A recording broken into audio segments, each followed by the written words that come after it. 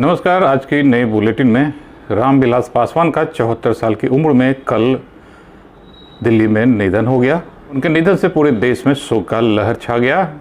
रामविलास पासवान को राजनीति के मौसम वैज्ञानिक के रूप में जाना जाता है। 50 सालों से भी अधिक का राजनीतिक जीवन रहा है। 1969 में पहला चुनाव जीते थे वो। 1977 में वो पहली बार एमपी इलेक्शन में जीते थे हाजीपुर से। उनके नाम कई और रिकॉर्ड हैं। वे 8 बार लोकसभा सांसद रहे। 6 प्रधानमंत्रियों के कैबिनेट में वो मंत्री भी रह चुके हैं। कल उनके निधन का समाचार उनके पुत्र लोक जनशक्ति पार्टी के अध्यक्ष चिराग पासवान ने ट्वीट कर दी थी। मुजफ्फरपुर में मनियारी पुलिस स्टेशन के चौकीदार मोहम्मद जैद की कल हत्या हो गई। मनियारी थाने पर चौकीदार मोहम्मद जैद कल ड्यूटी पर अपने घर से निकले।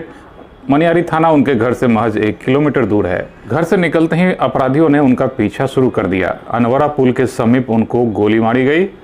गोली चलती गाड़ी में मारी गई। उनके पेट में गोली लगी। गोली पीठ से होकर निकल गई। पीछे से आ रहे एक ऑटो चालक, सकरा के ऑटो चालक पशुपति कुमार ने उन्हें उठाकर मनियारी थाने पहुंचाया, जहां उनकी हालत गंभीर देखते हुए जमादार समेत सभी लोग उन्हें लेकर अस्पताल दौड़ पड़े। बैरिया स्थित मां जानकी अस्पताल लाया गया, जहां उन्हें मृत घोषित कर दिया गया। गोबरसही चौक जाम होने से 10 मिनट तो उनकी ऑटो वहीं रुक गई। उनकी हालत और ख़राब हो गई। वहां पे उनकी मृत्यु के बाद मुजफ्फरपुर महुआ मार्ग को 6 घंटे जाम रखा गया।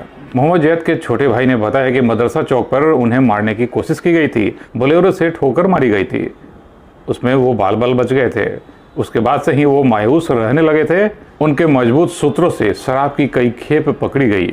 बताया जाता है कि उनकी हत्या में शराब माफियाओं का हाथ है। बिहार विधानसभा के 5 क्षेत्रों का नामांकन आज मुजफ्फरपुर में भी भरा जाएगा। उनके लिए समाहरणालय में अलग अलग पंडाल बनाए गए हैं। 23 मजिस्ट्रेट भी तैनात किए गए हैं समाहरणालय में। शिक्षक निर्वाचन में 10 और स्नातक निर्वाचन में 12 प्रत्याशी हैं। कुल 22 प्रत्याशी रह गए हैं शिक्षक स्नातक निर्वाचन क्षेत्र में। इसी बीच एक बड़ी खबर आई है, ब्रेकिंग न्यूज कह सकते हैं इसे। बिहार विधानसभा चुनाव में रैलियों की अनुमति दे दी गई है। अब नेतागण रैलियां भी कर सकते हैं। कोरोना के दिशा निर्देशों में गृह मंत्रालय ने संशोधन किया है। चुनाव की रैलियां हो सकेगी, पर दुर्गा पूजा के लिए कोई संशोधन नहीं है। दुर्गा पूजा से कोरोना की महामारी फैलेगी। सरकार को इस पर ध्यान देना चाहिए और समुचित दिशा निर्देश जल्दी जारी करने चाहिए। दुर्गा पूजा समीप है और 17 अक्टूबर से ही दुर्गा पूजा की शुरुआत है। गायघाट और हथौड़ी थाना के समीप एक गांव में दुष्कर्म का केस वापस नहीं लेने पर पीड़ित परिवार के दुकान को आग लगा दी गई। पुलिस के देर से पहुंचने पर रोरेबाजी भी की गई। इसमें कई लोगों को गिरफ्तार भी किया गया है। मुजफ्फरपुर के बहुचर्चित नवरूणा कांड की जांच भी सीबीआई ने पूरी कर ली है। सभी साक्ष्य एकत्रित कर लिए गए हैं। समीक्षा के लिए सीबीआई ने 1 महीने का वक्त मांगा है। जैसा कि मुजफ्फरपुर के वासी जानते हैं, 18 सितंबर 2012 को नवरूणा कांड हुई थी। सीबीआई की जांच पिछले 8 सालों से चल रही। राजपूत का केस में बिहार सरकार जिस तरह से तेजी दिखा रहा है, हम भी चाहते हैं वो बिहार का बेटा है उसको न्याय मिले।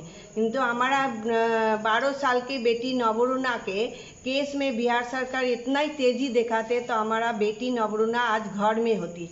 हम भी चाहते हैं जे सीबीआई जांच 8 साल से हो रहा है, उसका रिजल्ट नील है। इसलिए हम अपील करते हैं जे जनता हमारा केस के लिए आवाज़ उठाए।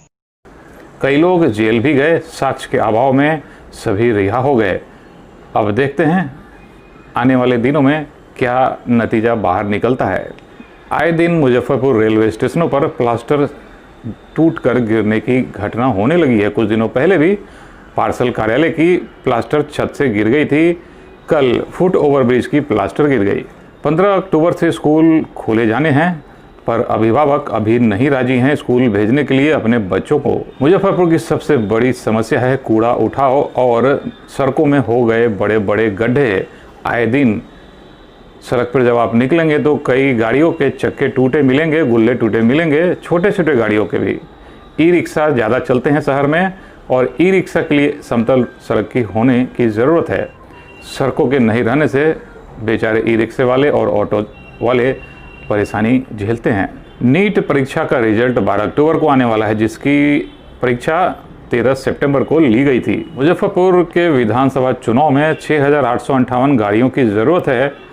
मतदान कार्यक्रम के लिए 3,000 गाड़ी मालिकों को नोटिस भी भेजी गई है। बिहार की खबरों में इतना ही। अगली बुलेटिन जल्द नई खबरों के साथ। अगली खबर में दरभंगा से दुबई जाना होगा आसान। दरभंगा एयरपोर्ट से अब दुबई की टिकट भी बुक हो जाती है। मुजफ्फरपुर और बिहार की लेटेस्ट खबरों के लिए OMG बिहारी सब्सक्राइब करें। अपना ख्याल रखें।